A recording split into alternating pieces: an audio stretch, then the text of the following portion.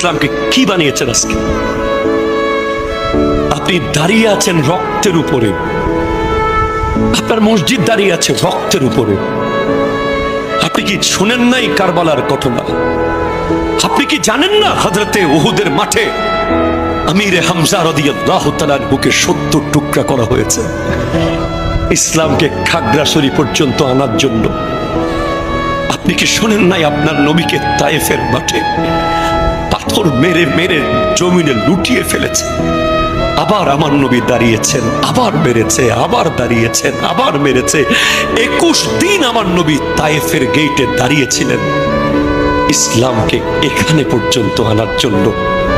আজকে সেই মুসলমানের ছেলে হয়ে আপনি কিভাবে রং তামাশা করেন? কিভাবে আপনি দুনিয়া বাজিতে লিপ্ত? কিভাবে আপনার ভিতরে যে জাগরণ আসছে না? কিভাবে মসজিদ খালি থাকে? কিভাবে আপনার চলা ফেরা উঠা বসা সবকিছু ইহুদিদের মতো?